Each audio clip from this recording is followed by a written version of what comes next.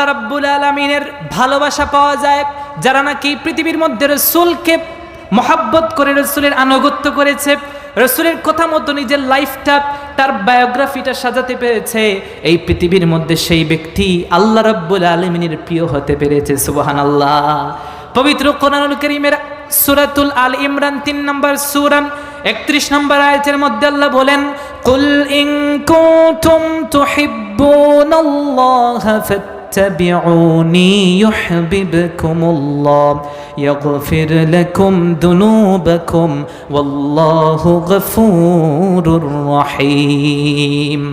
আল্লাহ রাব্বুল আলামিন বলেছেন, কুল, ও আমার হাবিব আপনি উম্মতকে বলেন, ইন কুনতুম তুহিব্বুনাল্লাহ, যদি তাকে তোমরা আল্লাহ রাব্বুল আলামিনের মহব্বত লালন করতে চাও, মানে তোমরা যদি আল্লাহর ভালোবাসা পেতে চাও, আল্লাহর প্রিয় হতে চাও, তাহলে মনে রাখবা ফাত্তাবিউনি, তোমরা আমার আনুগত্য করো, আমার অনুসরণ করো। আমি রাসূল যা করতে বলেছি তা করো, যা করতে নিষেধ করেছি তা থেকে বিরত থাকো।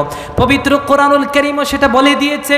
আপনি যদি রাসূলের মহব্বত লালন করতে পারেন, আল্লাহ রাব্বুল আলামিন বলছেন, শোনো শোনো, ইউহিব্বুকুমুল্লাহ, তুমি আল্লাহকে ভালোবাসতে হবে না, স্বয়ং আল্লাহ তোমাকে ভালোবাসবেন। সুবহানাল্লাহ।